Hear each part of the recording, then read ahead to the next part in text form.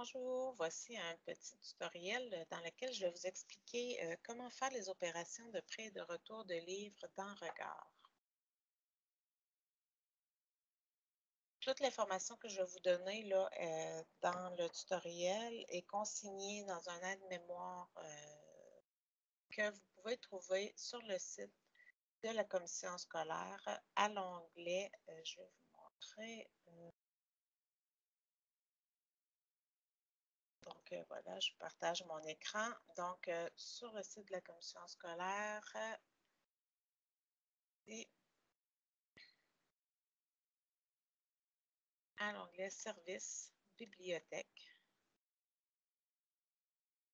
En bas complètement de la page, vous avez le guide pour le prêt et retour de documents dans Regard, qui est la version détaillée des opérations, de la description, et puis l'aide-mémoire pour le prêt et retour de documents dans Regard, qui est la version vraiment courte, là, qui tient sur 2 pages.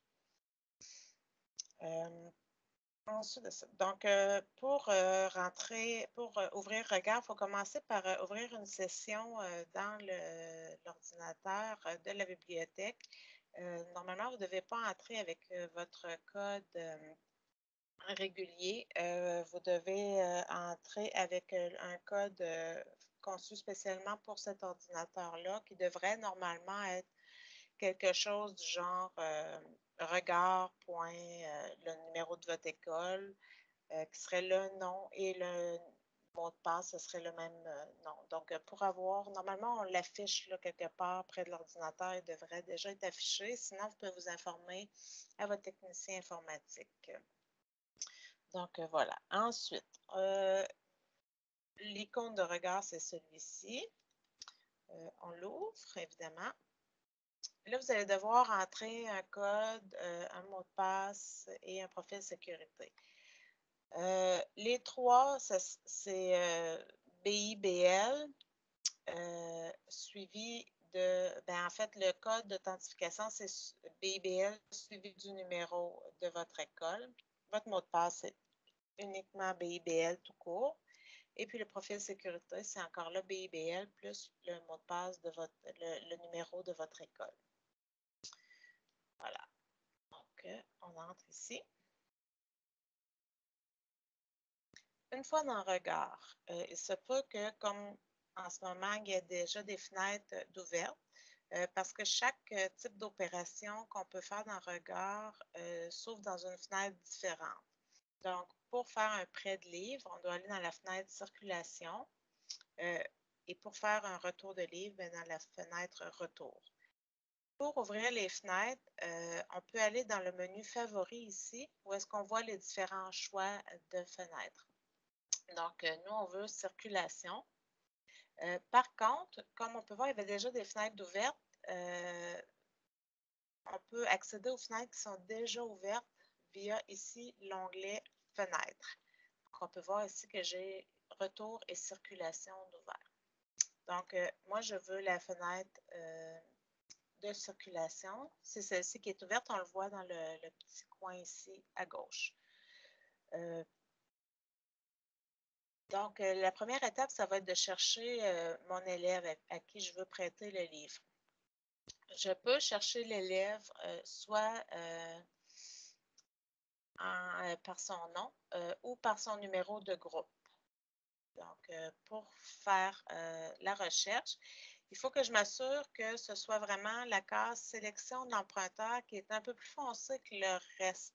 Donc, si je vais ici dans la fenêtre à côté, compteur du prêt, puis que j'appuie là, on voit que ça devient plus foncé. Donc, ce n'est pas une recherche dans compteur du prêt que je vais faire, c'est une recherche d'emprunteur. Donc, c'est pour ça qu'il faut que je sélectionne l'emprunteur ici. Ensuite, je vais prendre le petit filtre en haut, qui est le bouton pour lancer la recherche. Puis là, il ouvre ma petite fenêtre de recherche. Par défaut, on peut inscrire soit le nom de l'élève ou son numéro de groupe dans la requête. L'index va se rentrer automatiquement. Donc, un index, c'est une catégorie de mots-clés qu'on peut rechercher. Donc, dans ce cas-ci, j'ai créé des élèves fictifs. Donc, on va y aller avec Coco. On n'a pas besoin de rentrer nécessairement le nom de famille. On peut rentrer soit le prénom, soit le nom de famille. C'est pas sensible à la case, donc pas besoin de majuscule. Par contre, si je fais juste un retour, un Enter, ça ne fonctionnera pas, ça ne lancera pas la recherche. Il faut vraiment aller appuyer sur Exécuter ici.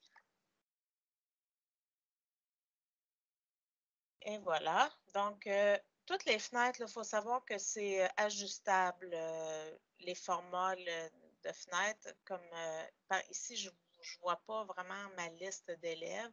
Je pourrais rapetisser un peu qu'est-ce que j'ai comme description.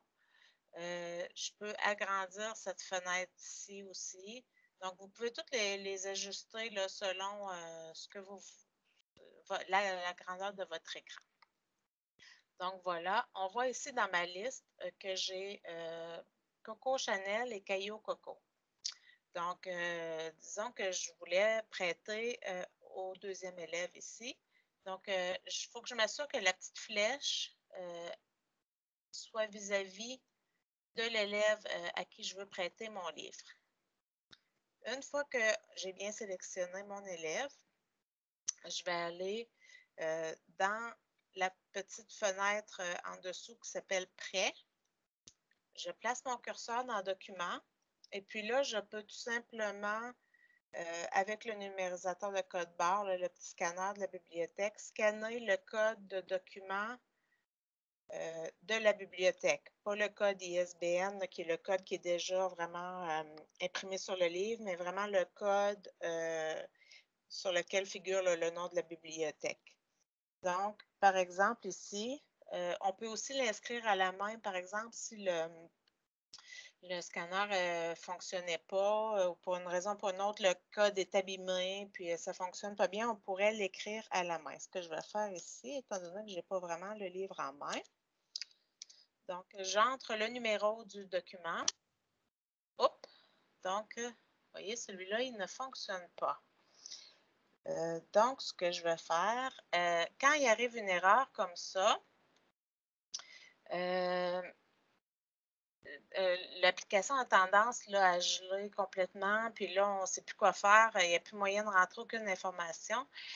Dans ce temps-là, ce qu'on fait, il y a une petite flèche ici, par en arrière, défaire, qui va nous sauver la vie. Donc, ça va annuler la dernière action qu'on vient de faire. Donc, voilà, on va annuler les modifications au dossier courant. Je vais essayer un autre code. Celui-ci, que je m'en souvienne. Voilà, donc ici, on a un livre qui s'appelle Lire tôt, avec ce code de document-ci, qu'on a prêté à cet élève ici, Caillou Coco. Donc, ensuite, disons que je voulais plutôt prêter à l'autre élève, ou je vais lui rajouter lui aussi un livre. Et voilà. Ah, bon, ça devait être la même collection. Quand on va avoir plus d'informations, on peut aller ajuster aussi, puis ça nous donne plus d'informations sur le livre en ajustant la grandeur de la fenêtre ici. Donc, voilà.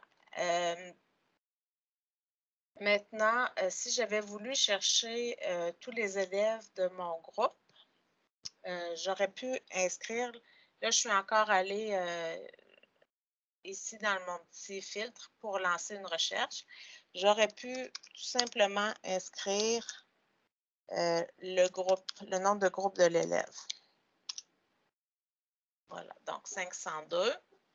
Quand je passe à la fenêtre suivante, il me dit qu'il y a 2 élèves dans mon groupe. Donc, je fais exécuter. C'est toujours les mêmes là, parce que c'est un exemple aujourd'hui. Attention, quand vous avez une classe à 2 niveaux, souvent vous allez avoir un numéro différent pour chacun de vos niveaux. Donc, vous allez devoir faire 2 recherches par groupe si c'est la façon que vous préférez avoir. Donc, là, quand je vais entrer de nouveau dans le dossier de mon élève, on voit dans la fenêtre en dessous, plus basse, la liste des prêts de l'emprunteur. Donc, c'est là que les prêts qui sont déjà dans son dossier s'inscrivent. Alors, si un élève n'a pas rapporté ses livres, bien, avant de faire le prêt, vous allez pouvoir tout de suite voir les livres qu'il a déjà en main. Donc, l'information est ici. Ça résume à peu près que ces opérations-là. Ah, une dernière chose qu'on peut faire aussi au niveau de la circulation, on peut décider, disons que cet élève-là, ce livre-là, il n'a pas fini de le lire, puis il veut le garder encore une semaine. Donc, vous pouvez, pour pas que le prêt s'inscrive comme étant en retard dans le système, vous cliquez sur la flèche à côté pour sélectionner le livre en question. Vous cliquez dans le menu de droite, sur le clic droit de la souris. Là, vous allez avoir un petit menu qui s'affiche Action, renouvellement. Donc, avec cette fonction-là, il remet le prêt à jour comme s'il venait d'être emprunté le jour même. Donc, ça évite qu'il soit en retard, là, le livre. Voilà. Donc, ensuite qu'on a terminé de faire nos prêts, on peut aller dans, juste appuyer sur le petit X rouge à l'intérieur pour fermer notre fenêtre. Bon, maintenant, on va vouloir faire le retour de livre. Encore là, c'est la même chose. On peut l'ouvrir soit par favori, retour ici. Sinon, si j'ai déjà des fenêtres ouvertes, je peux aller dans fenêtre. Et puis là, comme je viens d'ouvrir une fenêtre retour, puis j'en avais déjà une, je me retrouve avec deux ouvertes en même temps, ce qui n'est pas vraiment grave, là, mais je pourrais me promener d'une à l'autre comme ça. Par contre, on évite d'en avoir plusieurs d'ouvertes parce que là, à un moment donné, l'application elle va geler s'il y en a trop d'ouvertes en même temps.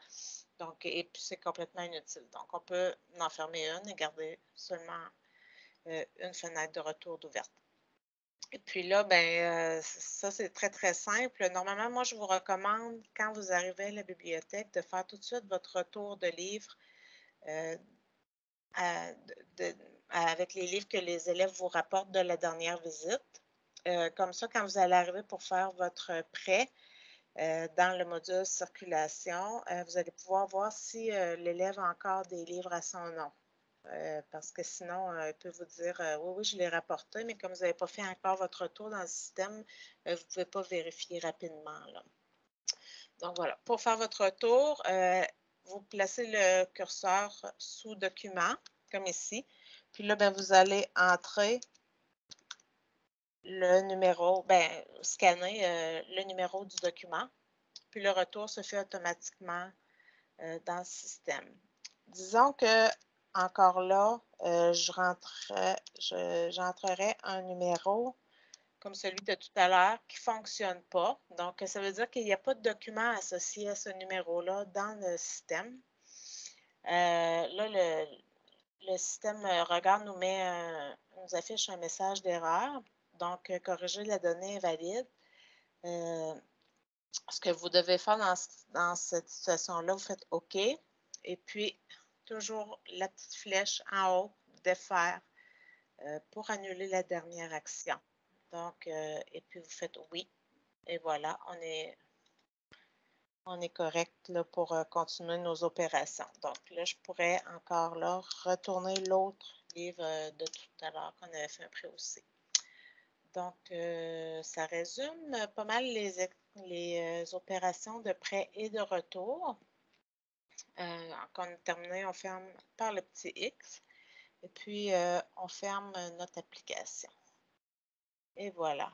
Donc, si jamais vous avez des questions, n'hésitez pas à m'écrire à stephanie.noël@cschoc.qc.ca ou encore à m'appeler au poste 4040.